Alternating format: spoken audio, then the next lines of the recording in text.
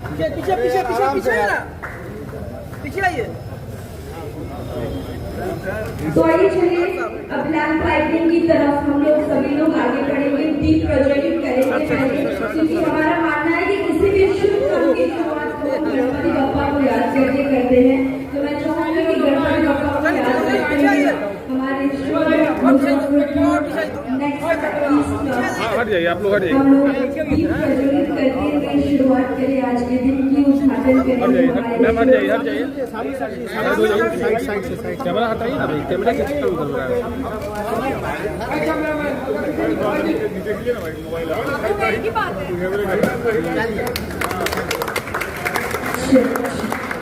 तो आइए चलिए लैंप लाइटिंग करते हुए पीछे से बच के हमारे शोरूम के उद्घाटन करेंगे। मैं रिक्वेस्ट करना चाहूंगी माननीय श्री अशोक चौधरी जी से,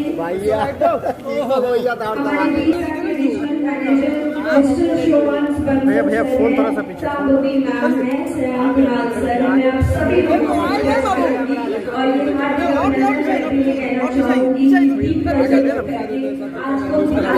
को और मंगलमय और शुभ बनाए। बंसल की कहाँ है? और सारी टीम को बहुत बहुत कंग्रेचुलेट करना चाहती हूँ कि आज का दिन हम सभी लोगों के लिए बहुत खास है। आज हमारे शोरूम मुजफ्फरपुर नेक्सा ईस्ट का इतना ग्रैंड लॉन्च हो रहा है, स्टार्ट हो रहा है। मैं चाहूंगी पर जोरदार तालियां हो जाए सभी लोगों की तरफ से, जोरदार तालियां।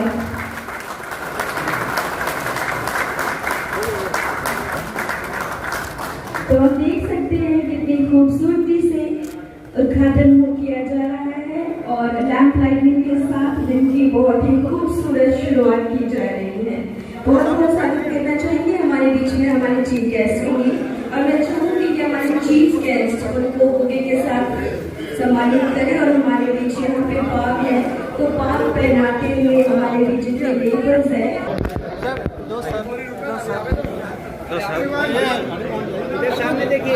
इधर देखिए ना जरा। उनका बहुत बहुत वार्म वेलकम करना चाहूंगी और ये क्या डोर पे जिन लोगों ने ज्वाइन किया है अभी हमको आप लोग प्लीज ला सकें थोड़ा सा प्रोसीजर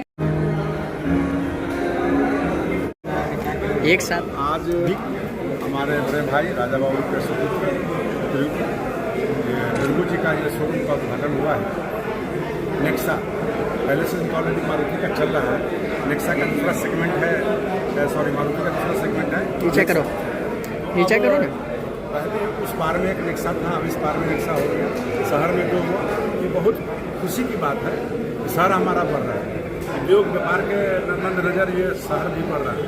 तो नेक्सा एक ऐसा गाड़ी लॉन्च करता है जिसमें कि मारुति के प्रति लोगों को ट्रस्ट है। मारुति जब से इंडिया में आई है तब से जो धमाल मचाया अभी तक फेल्योर नहीं हुआ। बहुत सारी कंपनियाँ आई और गई। उसी तरीके से मेरी शुभकामना है कि दुर्गू जी इसको और बृहद सेवा ग्राहकों को ये हमारी शुभकामना है और ज़्यादा से ज़्यादा चले। और हम भी एक गाड़ी पसंद कर रहे हैं, सीएनजी गाड़ी आ गई है, पॉल्यूशन करना है शहर को, सीएनजी पर चढ़ना पड़ेगा। ठीक, एक साथ लगाई नहीं यार। एक बड़ा व्यावसायिक सेंटर की तरफ बढ़ रहा है और मुजफ्फरपुर में एक पहले से बहुत बड़ा यहाँ पर बिजनेस सेंटर रहा है और इस तरह के शोरूम के निर्माण से ये बात या खुलने से ये बात प्रमाणित हो रहा है कि बिहार में डेवलपमेंट जो है वो बढ़ रहा है। और एक समय था हमारे पहली की सरकार कि पटना जैसे जगहों पर भी मारुति का शोरूम बंद हो गया था, काहे कि लोग जबरदस्ती गाड़ी उठा के ले जाते थे। तो परिस्थितियां बदल रही है एनडीए की सरकार में और सुदूर इलाकों में भी लोग बिजनेस करने की क्षमता जिनको भी है वो बिजनेस करना चाह रहे हैं। तो ये अच्छी बात है। यहाँ पर लोगों को इस तरह के शोरूम खुलने से नौकरी मिलेगा, लोगों को नौजवानों को नौकरी मिलेगा, जितना भी हो सके इनका सर्विस सेंटर खुलेगा, वहाँ लोगों को नौकरी मिलेगा। तो ये हमारे मुजफ्फरपुर में पर कैपिटा इनकम धीरे धीरे इंक्रीज करेगा। ये अच्छी बात है। कहीं ना कहीं रोजगार बढ़ने की बात। हाँ, रोजगार तो बढ़ेगा ही, बिल्कुल बढ़ेगा। शुभकामना क्या करना चाहिए? पूरी शुभकामना है। हम तो परिवार के अंग हैं, जिनका है उन सबका तो हम लोग सब बहुत प्रसन्न हैं और मुजफ्फरपुर में खुले और आगे बढ़े, पूरा प्रदेश आगे बढ़े। हम बार बार कहते हैं कि आने वाला जो 5 साल है, जो आने वाला हमारा 5 साल है, ये बिहार के आर्थिक संपन्नता का समय है। ये जो हम लोगों ने 20 वर्ष में एनडीए की सरकार ने इस प्रदेश में पूरी तरह से मूलभूत संरचनाओं का निर्माण किया, इलेक्ट्रिसिटी माहौल क्रिएट किया, लॉ एंड ऑर्डर सुधारा, जातीय उन्माद को कम किया, नक्सलवाद को कम किया, धार्मिक उन्माद को कम किया। और ये आने वाला जो 5 साल है ये आर्थिक उन्नति का साल है।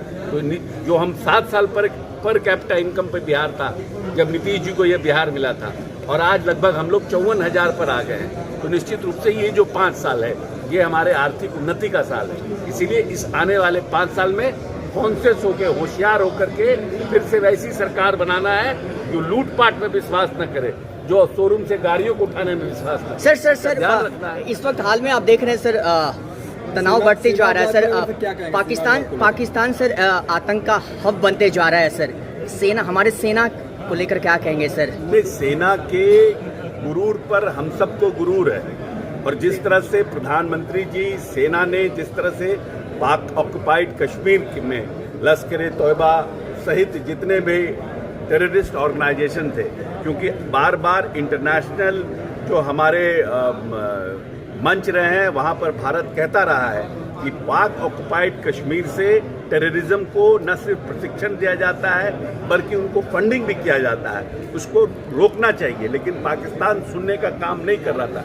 चाहे वो हमारा मुंबई का अटैक हो, हमारा पार्लियामेंट का अटैक हो, सब अटैक, और उसके बाद अभी हमारे आर्मी बेस में 2 साल पहले जो अटैक हुआ था, जिसके बाद उरी की घटना हुई, हम बार बार कहते थे कि पाकिस्तान जो है वो आतंकवादियों को न सिर्फ शरण देता है बल्कि उनको फंडिंग भी करता है। और जिस तरह से पहलगांव की घटना हुई और जिस तरह से प्रधानमंत्री ने कहा कि इस बार हम वैसे लोगों को किसी को नहीं छोड़ेंगे, और 15 दिन की मशक्कत के बाद जिस तरह से भारतीय सेना ने काम किया, हमने किसी भी आर्मी के उनके आर्मी को छेड़ने का काम नहीं किया, सिविल जो हमारे सिविलियन थे उनको छेड़ने का काम नहीं किया। हमने सिर्फ और सिर्फ जो टेररिस्ट ऑर्गेनाइजेशन थे, जो तीनों टेररिस्ट ऑर्गेनाइजेशन थे, उस पर हमने पॉइंटेड हमला किया और उसको हमने जस्टिफाई भी किया है। और बाद में उसके बाद पाकिस्तान जो हमारे यहाँ कर रहा है, अगर इस तरह की हरकत को बंद नहीं करेगा तो हम उससे फाइनेंशियल आर्थिक रूप से संपन्न है, हम उनसे टेक्नोलॉजिकली संपन्न है, हमारा सैन्य सेना जो है उनसे संपन्न है। वो पाकिस्तान को भी मुंहतोड़ जवाब मिले। तेज प्रताप भी कह रहे हैं कि बॉर्डर पर जाने को तैयार है, कि तैयार है बॉर्डर पर जाने को लेकर। मोदी जी ऐसा सवाल पूछे, क्या जवाब?